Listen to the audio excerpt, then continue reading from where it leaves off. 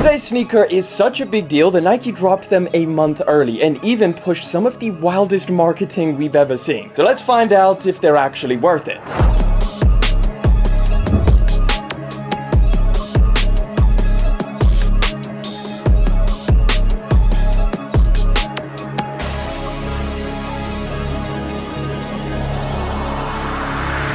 So here we have the box, and we gotta take a minute on this thing because, I mean, the box is so damn good, some people are saying it's better than the shoes. So as you can see, we've got, I guess a standard Jordan box, like you got the Nike text on the front, it's a little bit glossy, it's purple, but then the rest of it has got this like smashed, shattered glass all over it, on the sides, on the bottom. They've even got it down to like the tiny little shards, the speckling all around it. This is definitely dope. I might even put this thing in the back there because this thing looks so cool. Either way, we're here for the shoes, so let me show you guys today's sneaker.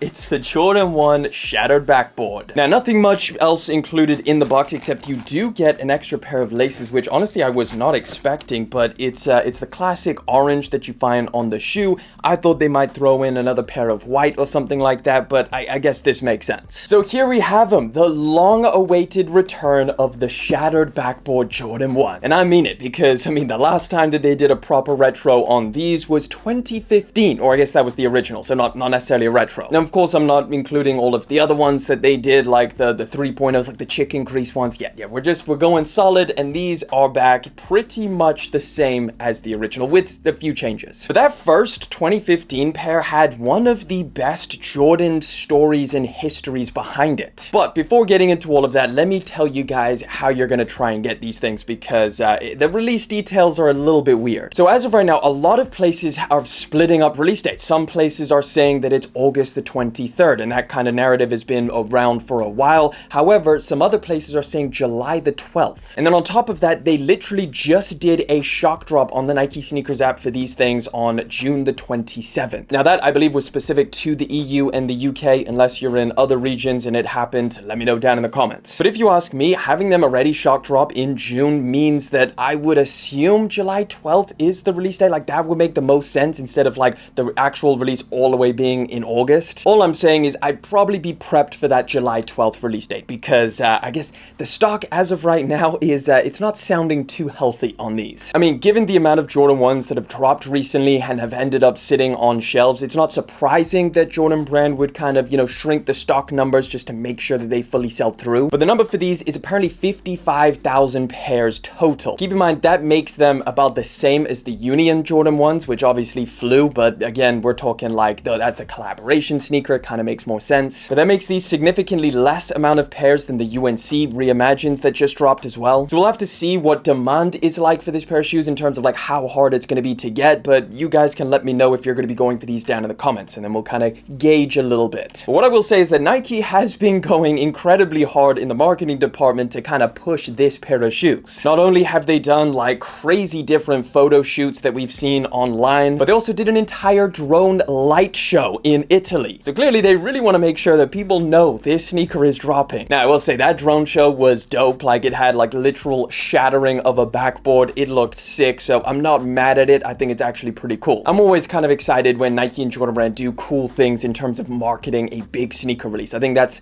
the proper way to do it. Either way, yes, this sneaker is a non-OG colorway, but the reason that this one has stood out against the sea of different non-OG colorways that Jordan Brand has dropped over the years is the story behind them. And this pair is literally inspired by Michael Jordan's exhibition game that he played in Italy. And in that game, that's where he made one of the most iconic and cool dunks in history. Of course, it shattered the backboard, looked super dope, and obviously the shoes that he was wearing was not this, because these only dropped in 2015 originally. He was wearing the Chicago ones, but this color is specifically inspired by the actual kit that he was wearing in 1985 when he did that dunk. Now, there is also another factor to how this colorway of the Jordan 1 became became so popular, and that is the insane leather quality. The leather quality on those 2015s was so good, everybody started using it as like the gold standard of Jordan 1s. Like every new Jordan 1 that came out was compared to those. Now, I've personally never felt the materials on the original Jordan 1 Shattered Backboard, so I can't give you an exact comparison on that. But I will say it does seem online like people are somewhat disappointed or think that these are lesser quality than the originals. And based off of the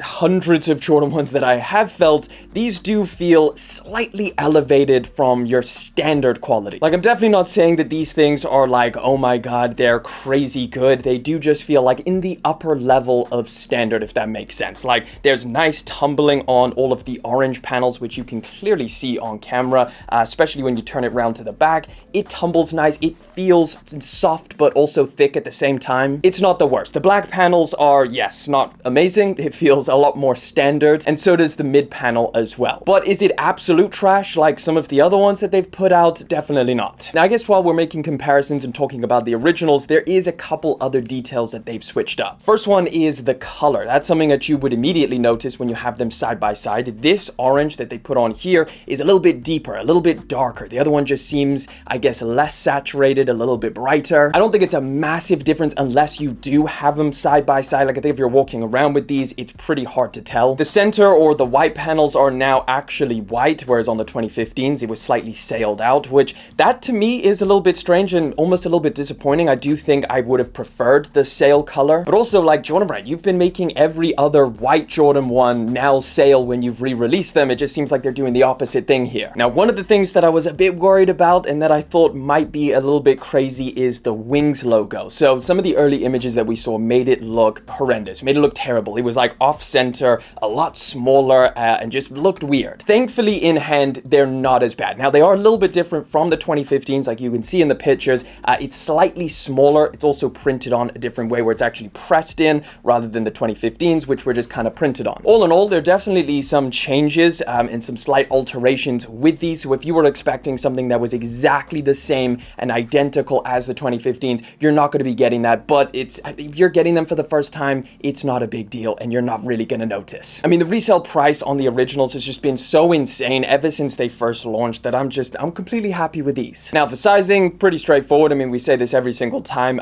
Jordan 1s fit true to size, at least in my experience. I always go true to size, so that's what I'm going to recommend to you guys. A couple other details on here, which is definitely worth mentioning. The sock liner is that kind of, I mean, they change it up every single time depending on what colorway that they're dropping. But this one is that wider base mesh, which some people don't like. It's definitely a little bit more grippy, feels a little bit more basic. Other times they've used a smoother material, which I kind of like, slipping them on and off. The tongue is decently padded, but nothing that you wouldn't expect from a Jordan 1. The insoles that you get in the shoe are also really, really cool. This is something that they did on the original 2015s, and now they've replicated it. It's just a shattering backboard, which obviously matches the box, matches the theme. We're all good. I've always personally loved how orange works with different outfits, like having it as an accent color, something like a Volt orange or a vibrant orange like you find on these. I just think it looks really, really good, especially with like black outfits where you can kind of pull it off as like, you know, maybe you just have a small little hit of orange. It's dope. So I think these are going to look really solid with some of those darker fits. I think some of the earth tones as well looks really good with these. Camo is a great addition. Your taupes, your lighter sails. I think as far as like a louder accent color goes, this is definitely one of my favorites. And I do honestly think that these are going to be easier to style than you might think because it's a vibrant orange. But overall, do I think that this is a must-have Jordan 1 in the grand scheme of things with everything that's going on right now? Probably not. I mean, I personally love the colorway, love the story behind it especially. I think it's pretty sick. But like everything this year, I feel like it's very clear people have been ultra selective when it comes to what sneakers they're buying. Yes, it's a mix of, you know, prices of everything kind of going up, people having less money to spend on shoes, but seemingly an unlimited amount on Labubus, but also the amount of insane sneakers that are dropping here in 2025. You know, you buy something that you're kind of on the fence about, and then, you know, later down the line, we're getting some insane stuff, whether it's new sneaker models or classic iconic retros. Everything's happening this year. I think it all just really settled in my mind when the UNC ones sat, and then of course the white cement 4s kind of hung around for a bit as well. I was like, you know, okay, people are not buying everything. But you let me know what you think of the Shattered Backboard Jordan 1 2025. Do you think Jordan did a good job with these or not? Hey, if you you want to check out another video, I'm going to throw one up in that corner right over there. Check it out.